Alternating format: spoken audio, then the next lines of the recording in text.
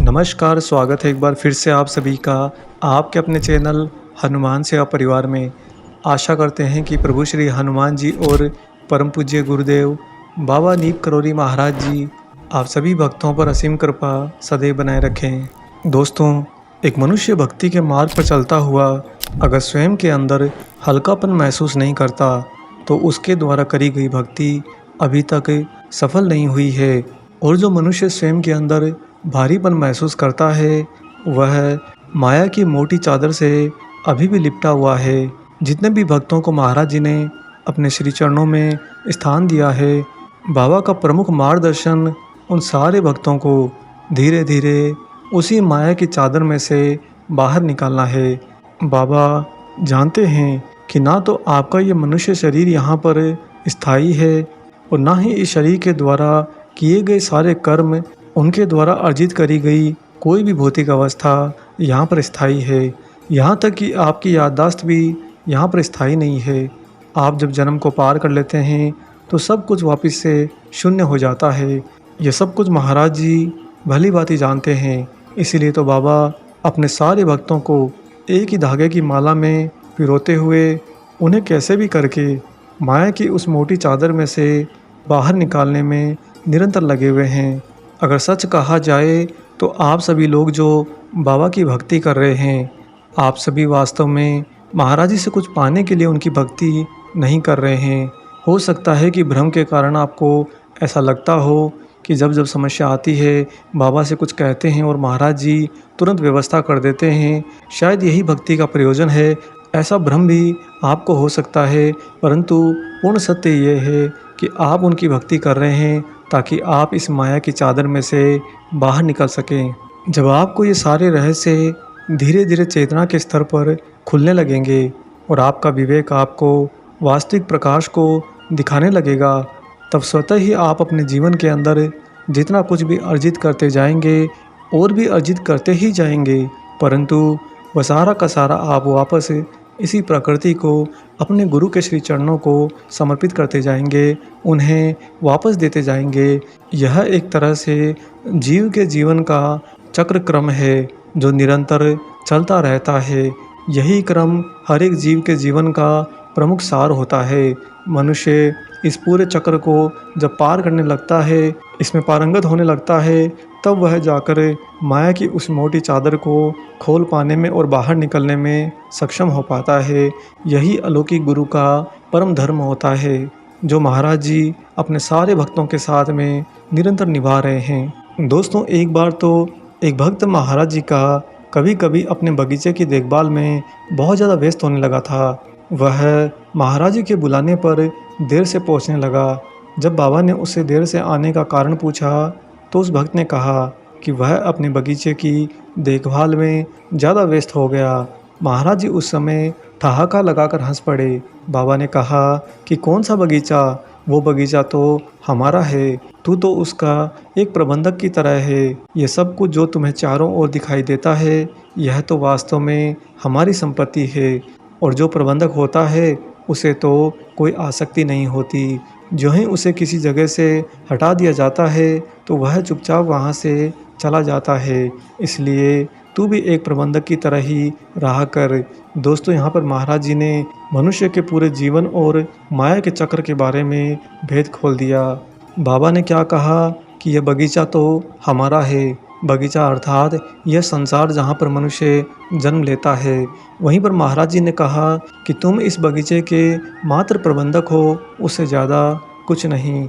जिसका तात्पर्य है कि जो जीवन आपको ईश्वर ने यहाँ पर दिया है, आपको उस जीवन को भली भांति सुचारू रूप से आगे बढ़ाने, उसे सफल करने और उसे ईश्वर की ओर ही अग्रसर करने के लिए आपको यहाँ पर भेजा जाता है। परंतु वास्तव में आपको उस जीवन से कोई आसक्ति नहीं होनी चाहिए, क्योंकि आप तो इस जीवन के मात्र एक प्रबंधक हैं। आगे महाराज जी जो कहते हैं कि ज्यों ही उस प्रबंधक को वहाँ से हटा दिया जाता है, वह चुपचाप चला जाता है। जिसका तात्पर्य यह है कि ज्यों ही आपका ये जीवन समाप्त हो जाता है, ईश्वर आपको इस जीवन के उत्तरदायित्व से हटा देते हैं, तो आपकी जीव आत्मा बिना कुछ कहे, बिना कुछ एहसास किए चुपचाप इस जीवन को त्याग कर पुनः यहाँ से चली जाती है। दोस्तों, बाबा की ये बातें जितनी गहरी हैं, उतनी ही एक मनुष्य के जीवन के लिए लाभप्रद भी हैं, क्योंकि माया को भेदना इतना आसान नहीं है। महाराज जी ने इस माया के भेद को खोलने के लिए एक बार एक भक्त के साथ में बड़ी अद्भुत लीला रची। आगे हम आपको अब बाबा की वही लीला घटना सुनाने वाले हैं। दोस्तों, इससे पहले हम आगे बढ़ें, यहाँ पर हम आप सभी से निवेदन करेंगे।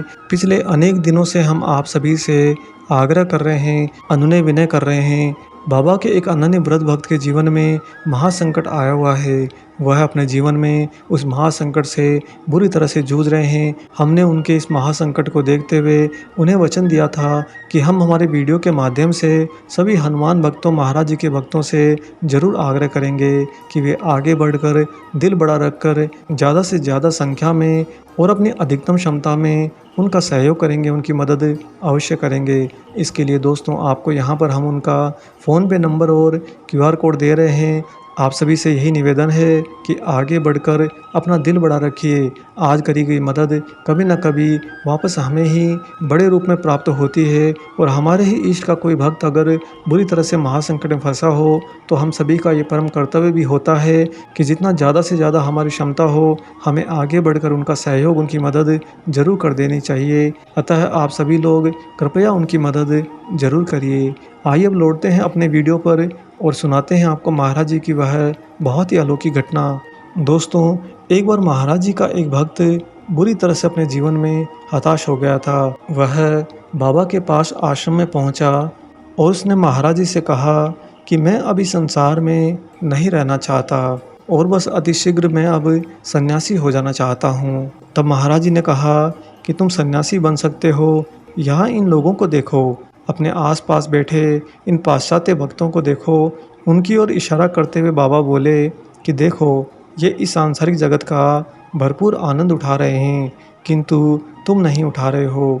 यदि तुम अभी सन्यासी हो जाते हो तो यह तुम्हारे लिए वास्तव में और ज़्यादा कठिन हो जाएगा, क्योंकि माया को बिना भोगे माया को त्यागना इतना आसान नहीं है। जिसका तात्पर्य यह है कि आप माया को बाईपास नहीं कर सकते, उससे किनारा नहीं कर सकते। अगर माया को पार पाना है तो उसके द्वारा ही आपको होकर गुजरना होगा। इसीलिए बाबा ने उस भक्त से कहा कि पहले तुम्हें इन चीज़ों का आस्वाद लेना चाहिए और तब जाकर तुम इन्हें स्वतः छोड़ सकोगे। दोस्तों, इसका तात्पर्य ये कदापि नहीं है कि हम मनुष्य अपने जीवन में गलत आचरण पर चले जाएं, गलत विचारों पर चले जाएं, गलत कर्मों पर चले जाएं। यह कहकर कि बाबा ने कहा है कि उन्हें करके देखना चाहिए। महाराज जी ने यहाँ पर कहीं नहीं कहा कि हमें हमारे जीवन में गलत दिशा में जाना चाहिए। अपितु बाबा ने तो यह कहा है कि माया के अंदर रहते हुए सांसारिक कर्म और सांसारिक उत्तरदायित्वों को एक मनुष्य को अवश्य पूरा करना चाहिए। जब वह इन सांसारिक गतिविधियों का स्वाद ले लेता है, उसके बाद में वह स्वतः ही उन्हें छोड़ सकने में सक्षम हो पाता है। कोई बस यह कह दे कि मैं तो सीधा सन्यासी बन जाता हूँ ताकि मैं अपने जीवन की जिम्मेदारियों, उत्तरदायित्वों से बच सकूँ और मैं सीधा ईश्वर से ऐसे ही मिल लूँगा। महाराज जी कहते हैं कि यह कभी संभव नहीं हो सकता। दोस्तों, वह भक्त बाबा की बातें बड़े गौर से सुन रहा था और इसके बाद में वह महाराज जी से यही कहता है कि इस माया से पार पाना तो बहुत कठिन है बाबा जी, क्योंकि उसके पिताजी जो जीवन भर महाराज जी के ही अनन्य भक्त रहे और अब वे अपने बच्चों के स्वास्थ्य एवं कुशल क्षेम के लिए निरंतर दिन रात चिंतित रहते हैं, जिसका मतलब यह है कि वह तो इस माया को छोड़ ही नहीं पा रहे हैं। अतः उसने महाराज जी से अपनी बात पुनः दोहराई कि बाबा, इस माया को जीतना तो बहुत कठिन है। दोस्तों, तब महाराज जी ने उससे 4 बातें कही।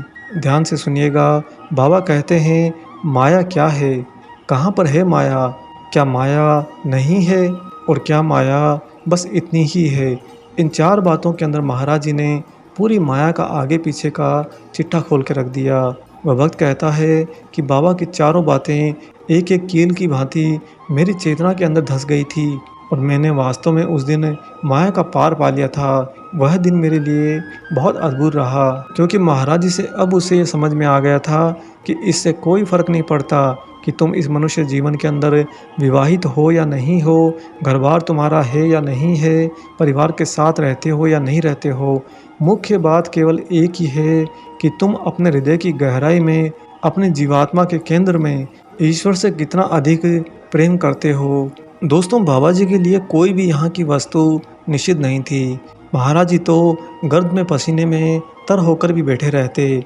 बाबा ने कभी किसी बात की कोई शिकायत नहीं करी। आजकल जो आप बाबा साधुओं को देखते हैं, जो बड़ी-बड़ी आलीशान गाड़ियों में घूमते हैं और बड़े महंगे गद्दों महलों में रहते हैं, एसी की हवा खाते हैं, यह लोग कोई वास्तविक संत नहीं हैं। अपितु यह सभी तो बस ईश्वर का सहारा लेकर माया को भोग रहे हैं, क्योंकि वही उनके लिए सबसे अधिक सरल और सुगम रास्ता होता है।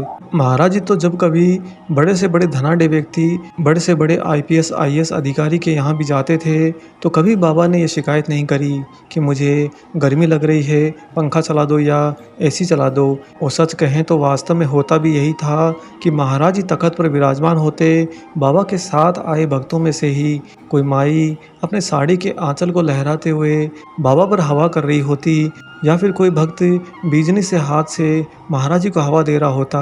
बाबा कभी नहीं कहते कि यह घर तो इतने बड़े अधिकारी का है और उसे हमारे लिए कुछ तो प्रबंध करना चाहिए।